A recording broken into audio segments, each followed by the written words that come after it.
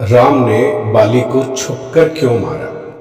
ये एक मेरे मित्र ने मुझसे पूछा था। वैसे सामान्यतः यह प्रश्न हमेशा से कम्युनिस्ट या धर्म विरोधी लोग जो होते हैं उनका रहा है और उनको उत्तर में कोई रुचि नहीं है। उनकी रुचि सिर्फ दोष बताने में है। अगर किसी एक प्रश्न का ऐसे इन्हें उत्तर मिल जाता है तो ये दूसरा प्रश्न ढूंढने लग जाते हैं, दूसरी कमी ढूंढने लग जाते हैं। इनका यही काम होता है। पर ये एक बड़ा प्रश्न रहा है हमेशा से। जब मेरे मित्र ने यह प्रश्न मुझसे पूछा था, उनके चेहरे पर बड़ा उत्साह था।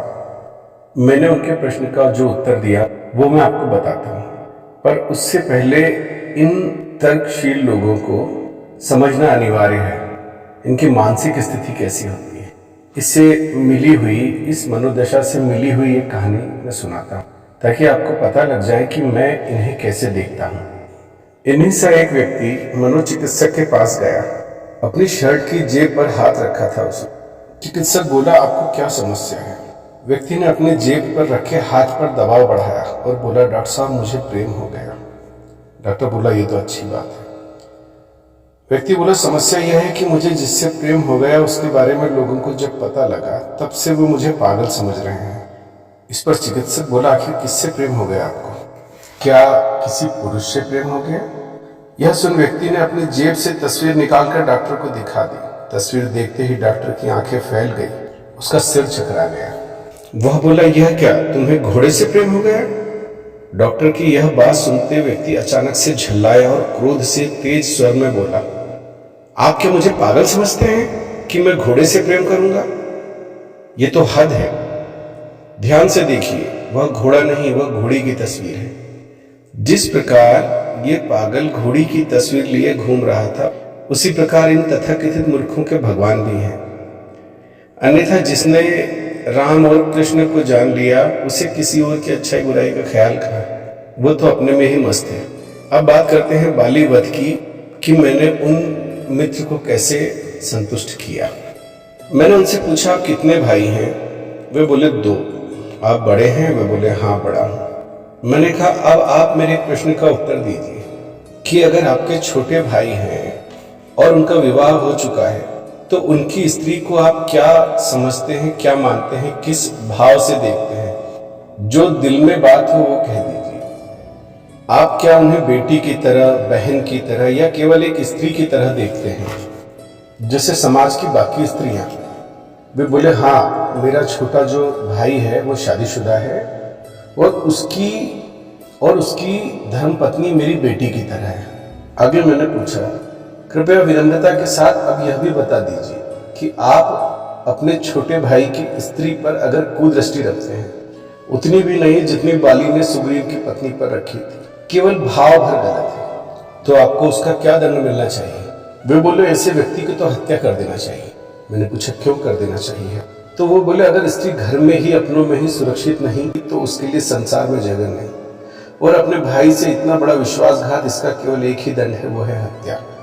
फिर मैंने उनसे कहा कि एक आखिरी प्रश्न का मेरे और उत्तर दे दीजिए कि ऐसे व्यक्ति को किस तरह की मृत्यु दी जाए?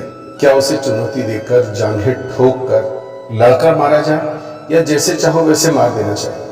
वे बोले, जो स्वयं कोई नियम धर्म नहीं मानता उसके लिए कैसा नियम, इसलिए जैसे चाहो वैसे मार। वास्तव में रामायण का हर प्रसंग इसलिए है जिससे कि मनुष्य जीने की कला सीख सके, धर्म और अधर्म को पहचान सके, उसे पता चले कि कब क्या करना उचित है और क्या करना अनुचित है। ईश्वर ने मर्यादा स्थापित करने के लिए लीला रची, पर उन्हें भी नहीं पता था कि धरती पर पहले से ही न जाने कितने मर्यादा पुरुषोत्तम घूम रहे हैं। हाँ, पर इनके पास धर्म नहीं है, ये केवल संदेह लेकर घूमते रहते हैं।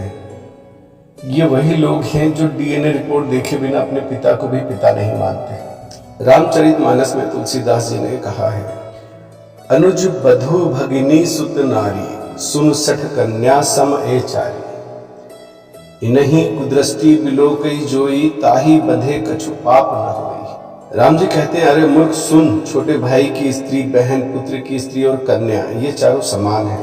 अगर इन पर कोई कुदृष्टि डाले तो उसे मारने में कोई पाप नहीं।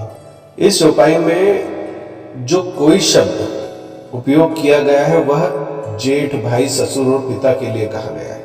आगे श्री राम कहते हैं कि हे बाली, किसी को महत्ता या शूद्रता कुल से नहीं बल्कि उसके कर्म से प्राप्त होती है।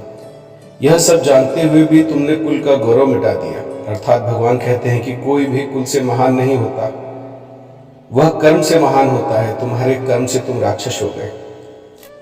इस पर बाली बोला कि हम तो पशु हैं, ये कुल, ये गौरव, ये मर्यादा से हमें कोई लेना देना नहीं। तब राम कहते हैं फिर तो मैंने बिल्कुल उचित किया, क्योंकि तुम अगर ये मानते हो कि तुम मनुष्य नहीं पशु हो तब भी उचित ही हुआ। तब तो ये समझो कि मैंने तुम्हारा वध नहीं किया, शिकार किया, और पशु का शिकार तो छिपकर करना ही उचित है। क्या सचमुच ये संभव है कि सुग्रीव के गलती करने के बाद ही बाली की कुदृष्टि सुग्रीव की पत्नी पर पड़ी? सुग्रीव की गलती का उसकी पत्नी से क्या लेना देना? व्यभिचार अर्थात पाप पैदा नहीं होता, वह प्रकट होता है। आज के समय में बाली वध प्रसंग धर्म की स्थापना के लिए बहुत ज्यादा आवश्यक है, इसे समझना। इस्लाम जो है तलवार के बल पर फैलने वाला संप्रदाय है। इसके मानने वाले कहते हैं पवित्र माह बीत जाने के बाद काफिरों को, मुशरिकों को छिपकर घात लगाकर मार। अगर हम लोग सच में उनके लिए इतने बुरे हैं तो वो गलत नहीं है। और इस वाक्य की मदद से आज इस्लाम कहां से कहां पहुंच गया और आगे बढ़ता ही जा रहा है। सहिष्णुता का चोला पहने हिंदू को यह समझना होगा कि राम ने अन्यायी को दंड देने के लिए किसी पवित्र माह बीतने की प्रतीक्षा तक नहीं करी। कथा कहने वाले इन प्रसंगों से बचते दिखाई देते हैं। इसमें छुपे स्पष्ट संकेतों की ओर वो ध्यान नहीं ले जाते। वो स्पष्ट रूप से ये नहीं कहते कि वो भगवान ने छुपके इसलिए मारा कि तुम भी छुपके मार सकते हो। ये कहने के लिए अभी थोड़ी सी हिम्मत की उनकी कमी है। ये बताने में लगे रहते हैं कि राम ने शस्त्र मजबूरी में उठाए, जबकि राम ही थे जिन्होंने बताया कि बिना शस्त्र के शांति की स्थापना नहीं की जा सकती।